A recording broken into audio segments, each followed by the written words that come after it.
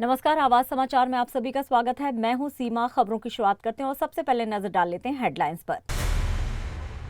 राहुल गांधी ने पीएम मोदी को लिखा पत्र, अब तटीय खनन की अनुमति रद्द करने की मांग। यूपीआई से लेकर क्रेडिट कार्ड तक 1 अप्रैल को बदल जाएंगे ये 5 बड़े नियम। मोदी जी का कार्यकाल खत्म, अब आरएसएस देश में बदलाव चाहता है, संजय राउत। आईएफएस निधि तिवारी बनी पीएम मोदी की प्राइवेट सेक्रेटरी। और अब खबरें विस्तार से। राहुल गांधी ने पीएम मोदी को पत्र लिखकर केरल, गुजरात और अंडमान निकोबार द्वीप के तट पर अब तटीय खनन की अनुमति देने वाली निविदा को रद्द करने की मांग की है। उन्होंने कहा है कि समुद्री जीवन के लिए ये खनन चिंताजनक है। तटीय समुदाय इसका विरोध कर रहे हैं। पर्यावरणीय विभाग का मूल्यांकन किए बिना अब तटीय खनन के लिए निविदाएं जारी की गई हैं। लाखों मछुआरों ने अपनी जीविका और जीवन शैली पर इसके प्रभाव को लेकर चिंता व्यक्त की है। राहुल गांधी ने कहा है कि अब तटीय खनन लाखों मछुआरों की आजीविका को प्रभावित करेगा और हमारे विविध समुद्री जीवन को बड़ी क्षति पहुंचाएगा। सरकार को तुरंत इस फैसले को वापस लेना चाहिए। राहुल गांधी ने अब तटीय क्षेत्र खनन संशोधन अधिनियम 2023 पर कड़ी आपत्ति जताई है। उन्होंने कहा है कि 13 ब्लॉकों में कोल्लम के तट पर खनन निर्माण रेत के लिए 3 ब्लॉक हैं, जो एक महत्वपूर्ण मछली प्रजनन आवास है। और बढ़ते हैं अपनी अगली खबर की ओर। नए वित्त वर्ष यानी कि 1 अप्रैल से शुरू हो रहा है। इस फाइनेंशियल ईयर के शुरू से ही कई नियम में बदलाव हो सकता है। इसमें यूपीआई पेमेंट से लेकर बैंकों में कम से कम पैसा रखने का एक नियम शामिल है। National payment corporation of India ने यूपीआई को लेकर नई गाइडलाइंस जारी की हैं। इस गाइडलाइंस के अनुसार अब बैंकों और पेमेंट सर्विस प्रोवाइडर को हर हफ्ते अपने नंबर को अपडेट करना होगा। ऐसे में वो यूपीआई आईडी को लंबे समय के लिए एक्टिव नहीं रख सकता, उन्हें बंद किया जा सकता है। एनपीसीआई के इस गाइडलाइंस का प्रयास है कि इससे एरर फ्री ट्रांजैक्शन किया जा सके। शिवसेना यूवीटी नेता और सांसद संजय राउत ने पीएम नरेंद्र मोदी के नागपुर दौरे को उनके रिटायरमेंट से जोड़ दिया है और कहा है कि पीएम रिटायरमेंट का आवेदन लिखने के लिए शायद आरएसएस मुख्यालय गए थे। राउत ने आगे कहा कि 2 बातें साफ हैं। पहली ये कि संघ परिवार देश के नेतृत्व में बदलाव चाहता है और दूसरी ये कि अब मोदी जी का समय खत्म हो चुका है, इसलिए आरएसएस अब देश का नेतृत्व करना चाहती है। इसके अलावा उन्होंने ये भी कहा कि संघ अपनी पसंद का भाजपा का राष्ट्रीय अध्यक्ष चुनना चाहती है। सितंबर में रिटायरमेंट का एप्लीकेशन लिखने के लिए शायद वो आरएसएस मुख्यालय गए। मेरी जो जानकारी है, 10-11 साल में कभी मोदी जी गए नहीं। मोदी जी गए हैं, वो बताने के गए हैं मोहन राव भागवत जी से कि टाटा बाय बाय, मैं जा रहा हूँ। अब देखिए, 2 बातें हैं आरएसएस की जो मेरे समझ में आई है। एक तो मोहन राव भागवत यानी सरसंघ चालक और पूरा संघ परिवार देश के नेतृत्व में बदलाव चाहता है। अब मोदी जी का समय खत्म हो गया है और देश में बदलाव चाहता है और बीजेपी का राष्ट्रीय अध्यक्ष भी अपने मर्जी से चुनना चाहता है, तो इसलिए मोदी जी वहां। और बढ़ते हैं अब अपनी अगली खबर की ओर। प्रधानमंत्री नरेंद्र मोदी की प्राइवेट सेक्रेटरी के लिए आईएफएस निधि तिवारी को चुना गया है। Department of personal and training की ओर से जारी किए गए आदेश के अनुसार निधि को पीएम मोदी का निजी सचिव बनाया गया है। जानकारी के लिए बता दें कि निधि 2014 बैच की भारतीय विदेश सेवा की अधिकारी हैं। वो प्रधानमंत्री कार्यालय में ही काम कर रही थी। निधि पीएमओ में डिप्टी सेक्रेटरी के पद पर थी। और यहां पर लेंगे एक छोटा सा ब्रेक। आप बने रहिए आवाज इंडिया के साथ।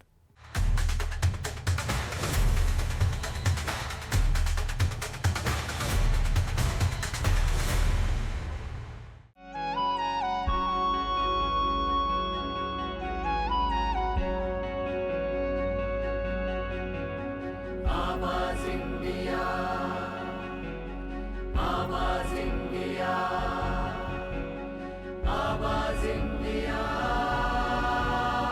आवाज इंडिया।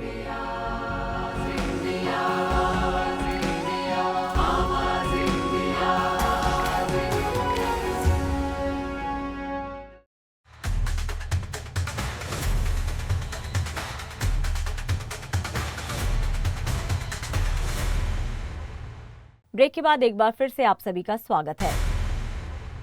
और अब बात करते हैं योगी आदित्यनाथ की।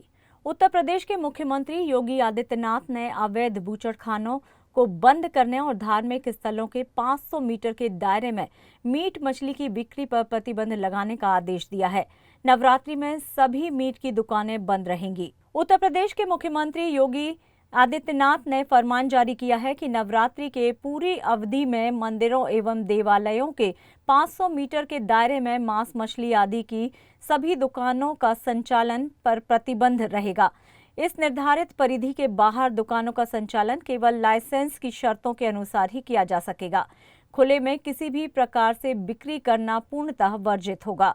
रामनवमी के दिन सभी दुकानों को पूर्ण रूप से बंद रखना अनिवार्य होगा। वहीं इस मुद्दे पर यूपी के मंत्री कपिल देव अग्रवाल ने मंच पर पत्रकारों से पूछे सवाल तो मंत्री जी ने मंच से एसपी से क्या कहा, सुनिए। सरकार की तरफ से आदेश जारी हुए। नवरात्रों में ये जो निर्देश आया क्या निर्देश आया सामान्य रूप से मंदिर के आसपास और ये जो भी है रास्ते में बंद कराइए, उसको बंद कराइए सकते 9 दिन में नवरात्रों में कोई मीट की शॉप नहीं खुलेगी, ठीक है ना। सत्य कराइए, उनको बुला के बात करिए, ठीक है ना। योगी के आदेश का प्रशासन ने पालन करवाना शुरू कर दिया है। वाराणसी नगर निगम ने सीएम के आदेश के पालन का फैसला लिया है। देखिए, ये कल कार्यकारिणी समिति की नगर निगम की बैठक थी, तो उसमें ये प्रस्ताव सर्वसम्मति से पारित हुआ कि जो नवरात्रि के दिन है पूरे 9, तो उनमें जो है कोई भी पूरे संपूर्ण नगर निगम क्षेत्र में कोई भी मीट मांस की दुकान नहीं खुलेगी। ऐसा प्रस्ताव इसमें सर्वसम्मति से पारित किया गया है, तो उसका अनुपालन निश्चित तौर पर कराया जाएगा। वहीं नवरात्रि के अवसर पर योगी के फरमान को मुख्य विपक्षी पार्टी सपा के अध्यक्ष अखिलेश यादव ने इसे बुनियादी सवालों के चर्चा से बचने का उपाय बताया। सरकार की जो नीयत है, जो मंशा है, जो उनका फोकस है, जो उनकी स्ट्रेटजी है, वो ये है कि बुनियादी सवाल न पूछे जाएं, बुनियादी सवालों पर चर्चा न हो, इसीलिए धार्मिक ये सवाल उठाए जाते हैं। बॉलीवुड के दिग्गज कलाकार गोविंदा ने उज्जैन में महाकालेश्वर मंदिर में दर्शन किए और पूजा अर्चना की। उन्होंने बाबा महाकाल का आशीर्वाद लेकर आभार जताया। गोविंदा ने कहा कि वो आज जो भी हैं वो अपनी मां और महाकाल की कृपा से ही हैं। भगवान से हमेशा यही प्रार्थना करते हैं कि उनकी कृपा बनी रहे। गोविंदा ने कहा कि जीवन में ऐसे ऐसे शत्रु हैं जिनकी कल्पना भी नहीं की जा सकती, लेकिन जब मां और बाबा का आशीर्वाद हो तो कोई भी संकट प्रभावित नहीं कर सकता। मैंने अब तक 52 लाख महामृत्युंजय जाप किया हुआ है और यही मेरी आस्था और शक्ति का स्रोत है। निर्मला देवी जी, आपका मुझ पे आशीर्वाद रहा और यहाँ पे बहुत पूजा प्रार्थना हुई और वो साक्षात पूरे विश्व में ये देखने मिलती है कि कई तकलीफें आई, कई तकलीफों के दौर आके निकल गए, परंतु बाबा की ऐसी कृपा है कि किसी कष्ट में कभी कष्ट नहीं हुआ। तकलीफ आई पर यूं निकल गई।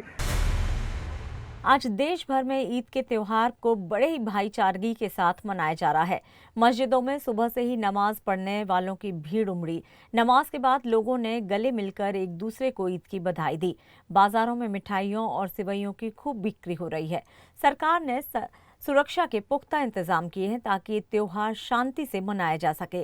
प्रधानमंत्री और राष्ट्रपति ने भी देशवासियों को ईद की ढेर सारी बधाइयां दी हैं। इस मौके पर गाजा और फिलिस्तीन के लिए भी अमन की दुआएं मांगी गईं। कुल मिलाकर ईद का त्योहार बड़े ही भाईचारे और शांति का संदेश लेकर आया है। मेरा नाम नाज़नीन है, नाज़नीन शकील अहमद सिद्दीकी, और हम लोग तो मतलब बचपन से ही रोजे रख रहे, 4-5 साल से तब से रोजे पूरे रखते हैं।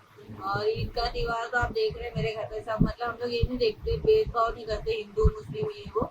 आप देख रहे हैं हमारे घर में सब लोग आते हैं और हम लोग ये नहीं कि वो लोग ही हमारे इसमें आते हैं, हम लोग भी सबके इसमें जाते हैं। अभी कुछ दिन पहले मैंने अफ्तार पार्टी की रखा था, ये मेरी फ्रेंड ने मतलब पूरा अफ्तार का इंतजाम इसने और मैंने, मतलब ये नहीं कि नॉन मुस्लिम है तो ये अफ्तार नहीं कराती है, ये कुछ नहीं करती है या ईद में नहीं आती है। अभी इफ्तार भी कराए तो फल फ्रूट वगैरह सब मतलब कंटिन्यूटी में हम लोग ने मिला के एक दूसरे के साथ में हेल्प करके पूरे लोगों को मतलब यहाँ पे अफ्तार की दावत दी है। तो हम लोग तो भाईचारा ही बांटते हैं, मगर लोग जो इधर फैला रहे वो तो उसके लिए हम लोग बोलेंगे कि भाई ये मतलब गंदी बातें मत फैलाओ, खराब चीजें मत फैलाओ, अच्छी चीजें फैलाओ, एक दूसरे के साथ मिलके रहे, एक दूसरे के साथ अच्छे से रहे। हो गया है। हम लोग का कोनो तकलीफ नहीं, हमारे इधर हम लोग के भेदभाव नहीं चल रहा। हम हिंदू मुस्लिम सब एक ही हैं, हम लोग का कोनो चीज़ का तकलीफ नहीं है। तो हम लोग के कहीं भी घूमने टहलने जाके आज 1 महीना हो गया। अब हम लोग का खुशी का दिन है, खिलाते पिलाते हैं, घूमने टहलने जाते हैं, रिश्तेदार आते हैं, रिश्तेदार जाते हैं, हमारे आजू बाजू वाले आते हैं। हम लोग के दिल में हिंदू मुस्लिम का भेदभाव नहीं। मैं तो उस हिसाब से ही देखती हूँ, जैसे हिंदू में होता है वैसे ही ये लोग में भी होता है, तो हम लोग को कुछ नहीं लगता। हम लोग जैसे हिंदू धर्म की ये करते हैं वैसे हम लोग ये लोग की भी ये करते हैं। ये लोग का नमाज रहते तो कुछ भी रहता तो हम लोग को इसका भी आदत है। मनसे अध्यक्ष राज ठाकरे द्वारा गंगा स्नान को लेकर दिए गए मुद्दे पर राजनीति जारी है। गंगा की सफाई के मुद्दे पर राज ठाकरे के बयान पर शिवसेना शिंदे गुट के नेता संजय निरुपम ने निशाना साधा है। दरअसल शिवाजी पार्क रैली में रविवार को राज ठाकरे ने कहा कि कुंभ पर मैंने बयान दिया तो कुछ नए हिंदुत्ववादियों ने कहा कि मैंने कुंभ का अपमान किया है। हम नदियों को माता और देवी कहते हैं, लेकिन हमारे देश में नदियों की स्थिति बेहद चिंताजनक है। राज ठाकरे के बयान पर एक प्रेस कॉन्फ्रेंस के दौरान जब संजय निरुपम से पूछा गया कि क्या राज ठाकरे ने अपने बयान से वैचारिक यू टर्न लिया है, तो निरुपम ने कहा कि उनकी भूमिका हर साल बदलती है, उनको कोई सीरियस नहीं लेता। 1 साल के अंदर श्रीमान राज ठाकरे जिस तरीके से एक वैचारिक यू टर्न लेते हुए दिखे हैं, वो अपने आप में बहुत हास्यास्पद है। कल तक जो हिंदू मुद्दे हैं, हिंदुओं की जो चिंता है, हिंदुओं की जो तकलीफ है, कष्ट है, उसके ऊपर बहुत गंभीरता से चिंता के साथ बात रखते थे। लेकिन कल उन्होंने कहा है कि धर्म के आधार पर कोई भी देश आज तक मजबूती से खड़ा नहीं हुआ। मतलब धर्म के स्थापना के ऊपर वो सवाल उठा रहे हैं। मुझे लगता है अगले साल जाते जाते उनकी भूमिका क्या हो जाएगी शायद उनको भी पता नहीं है। तो ऐसे राज ठाकरे जी को हम लोग बहुत सीरियसली अब नहीं लेते हैं। जब मन में आता है कभी वो गंगा जी का अपमान कर देते हैं, कभी महाकुंभ का अपमान कर देते हैं। पिछले चुनाव में 0 पे आउट हो गए, अगले चुनाव में शायद 0 से भी नीचे कोई जगह होगी तो वहां जाना पड़ सकता है। इसलिए कम से कम वैचारिक रूप से जो प्रतिबद्धता होती है उसको लेकर जीने की आदत रखें। महाराष्ट्र के धुले से एक बड़ी खबर सामने आ रही है। धुले में अवैध गर्भपात करने वाले अस्पताल के खिलाफ कार्रवाई की गई है। जिला कलेक्टर के आदेश पर नगर निगम की टीम ने सुमन अस्पताल पर छापा मारा। जांच में पता चला कि यहां नियमित रूप से गर्भपात किया जा रहा था। जांच के दौरान चौंकाने वाली जानकारी सामने आई है कि इस स्थान पर गर्भपात कराने वाली महिला महज 9वीं कक्षा की छात्रा थी। संबंधित अस्पताल के खिलाफ सख्त कार्रवाई की जाएगी। इस मामले में पुलिस ने डॉक्टर सोनल वानखेड़े को हिरासत में ले लिया है। पुलिस ने एक नर्स को भी हिरासत में लिया है और अब उनसे गहन पूछताछ कर रही है। साथ ही इस मामले में केस दर्ज करने की भी कार्रवाई चल रही है। सुमन अस्पताल पर छापा मारने के बाद अब पुलिस इस मामले में और आगे जांच कर रही है। मामले में कई खुलासे होने की संभावनाएं जताई जा रही हैं। सुमन हॉस्पिटल येथील हे PCPNDT आणि MTP ॲक्ट या दोन्ही अंतर्गत नोंदणीकृत हॉस्पिटल आहे, परंतु माननीय जिल्हाधिकारी पापळकर साहेबांनी 18 तारखेला धुळे जिल्ह्यात आणि धुळे महानगरपालिकेच्या हद्दीत धडक मोहीम केली होती। त्या धडक मोहिमेत त्यांनी धुळे महानगरपालिकेच्या हद्दीतले त्यांनी सांगितलेल्या हॉस्पिटलला आम्ही धडक मोहिमेत इथे भेट दिली असता इथे PCPNDTचं जे रजिस्टर होतं याची 5 कॉलम रजिस्टर हे फाडलेलं होतं। तसेच यांचं मशीन गेल्या जानेवारीपासून बंद असलं तरी त्यांनी ते आम्हाला कळवलेलं नव्हतं। त्याच्यामुळे माननीय कलेक्टर साहेबांच्या आदेशानुसार हे आम्ही मशीन दिनांक 19 तारखेला सील केलेलं आहे। मी ॲडव्होकेट मीरा माडी PCPNDT जिल्हा सल्लागार म्हणून कार्यरत आहे।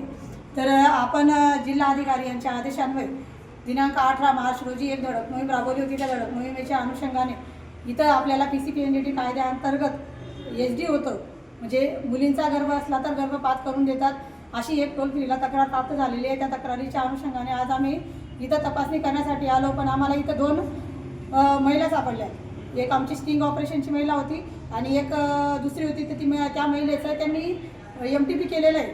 ती महिलेच्या जेव्हा आम्ही तपासणीला आलो होतो तेव्हा तिला कडी लावलेली होती आणि आतमध्ये सगळा अंधार होता. तर त्या महिलेला मुलीचा गर्भ आहे आणि एक दुसरी जी महिला आहे तिला आमच्या MOH मॅडम आहेत, डॉक्टर संपदा कुलकर्णी मॅडम यांनी जी गोळी ठेवलेली होती ती गोळी काढून तिला त्या गर्भाला सुरक्षित करण्यासाठी ते उपचार दिलेला आहे. त्या महिलेला पण आपण ताब्यात घेतलेलं आहे. आणि इथं सोनल वानखेडे, डॉक्टर सोनल वानखेडे मॅडम जे आहेत सिमन हॉस्पिटलच्या ओनर, त्यांना आपण रजिस्टर प्रॅक्टिशनर म्हणून MTPसाठी मान्यता दिलेली आहे, PCPNDT आणि MTPसाठी. परंतु इथं ज्या शीतल शिरसाट म्हणून ज्या शिपाई आहेत त्या फक्त 9वी पास झालेल्या आहेत आणि त्याच MTP करत होत्या इथं. म्हणजे ॲबॉर्शन वगैरे सगळी प्रोसेस त्या शीतल शिरसाट करतात, त्यांच्याकडे कोणतीच क्वालिफिकेशन नाही आहे. आणि आम्ही जेव्हा आलो तेव्हा इथं वानखेडे मॅडम नव्हत्या आणि त्यांच्या कोणत्याच रजिस्टरला दोघं पेशंटची नोंद नाही. म्हणून हा PCPNDT आणि MTP कायद्याअंतर्गत खूप मोठा गुन्हा आहे. म्हणून आपण त्यांचे सोनोग्राफी मशीन सील केलेले आहे. सोनोग्राफी याचं पण 5 कॉलम रजिस्टरचे बरेच पानं फाडलेले होते आणि 2 पेशंटची त्यांनी 5 कॉलमला नोंद घेतलेली नव्हती. त्याच्या अनुषंगाने आपण त्यांचे सोनोग्राफी मशीन सील केलेलं आहे आणि आता MTPच्या कार्यवाही आपण. और यहाँ पर लेंगे एक छोटा सा ब्रेक। आप बने रहिए आवाज इंडिया के साथ।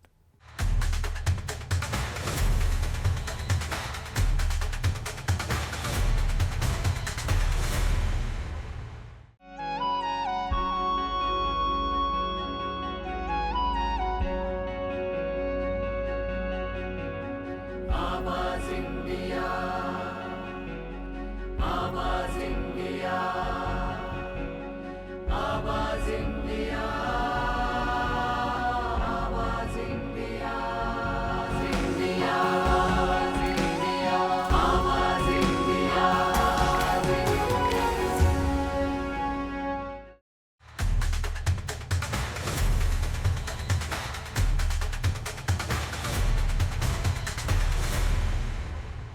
ब्रेक के बाद एक बार फिर से आप सभी का स्वागत है। IPL 2025 में CSK को लगातार दूसरी बार हार का सामना करना पड़ा। राजस्थान रॉयल्स की टीम ने रविवार को गुवाहाटी में CSK को 6 रन से हरा दिया। महेंद्र सिंह धोनी आखिरी ओवर में मैच फिनिश नहीं कर पाए और 11 गेंदों पर 16 रन बनाकर वो आउट हो गए, जिसके बाद धोनी के आलोचक उन पर सवाल उठा रहे हैं। चेन्नई सुपर किंग्स के हेड कोच स्टीफन फ्लेमिंग ने महेंद्र सिंह धोनी के आलोचकों को जवाब दिया है। उन्होंने कहा कि महेंद्र सिंह धोनी चेन्नई सुपर किंग्स के लिए बैटिंग ऑर्डर में ऊपर आकर बल्लेबाजी नहीं कर सकते हैं। धोनी घुटने की चोट से जूझ रहे हैं, जिसके लिए उन्होंने 2023 में सर्जरी करवाई थी। इसलिए वो कहां और किस नंबर पर बैटिंग करेंगे, ये मैच की स्थिति और उनकी फिटनेस के आधार पर ही तय किया जाता है। OpenAI के ChatGPT ने इंटरनेट पर एक नया तूफान खड़ा कर दिया है। इसकी नई सुविधा स्टूडियो घिबली ने इंटरनेट यूजर्स को मोहित कर दिया है। इस सुविधा का इस्तेमाल करने वाले यूजर्स की संख्या इतनी अधिक हो गई है कि OpenAI के सर्वर पर दबाव बढ़ गया है। OpenAI के CEO सैम ऑल्टमैन ने ट्वीट कर लोगों से गुजारिश की है कि वे इमेज बनाने में थोड़ी तसल्ली बरतें। उन्होंने कहा कि ये आपका दीवानापन है, लेकिन हमारी टीम को नींद की ज़रूरत है। सैम ऑल्टमैन ने इस प्रतिक्रिया से ये स्पष्ट होता है कि OpenAI के सर्वर पर दबाव कितना अधिक बढ़ गया है। मोहनलाल ने फिल्म L2 एमपुरान को लेकर उठे सवाल पर माफी मांगी है। उन्होंने कहा है कि फिल्म में दिखाए गए दंगे के सीन से उन्हें दुख पहुंचा है। एक आर्टिस्ट होने के नाते ये मेरी जिम्मेदारी है कि मेरी कोई भी फिल्म किसी भी राजनीतिक आंदोलन, विचार या धर्म के प्रति नफरत ना फैलाए। उन्होंने फिल्म से विवादित सीन्स हटाने का फैसला किया है। मोहनलाल ने आगे कहा है कि वे उन सभी से माफी मांगते हैं जिन्हें फिल्म के सीन से तकलीफ पहुंची है। उन्होंने कहा कि फिल्म के पीछे काम करने वालों की ही पूरी जिम्मेदारी होती है। पिछले 4 दशकों से अपना सिनेमाई जीवन जिया है और मेरे फैंस का प्यार और विश्वास ही मेरे लिए एकमात्र ताकत है। और फिलहाल आवाज समाचार में इतना ही। नमस्कार।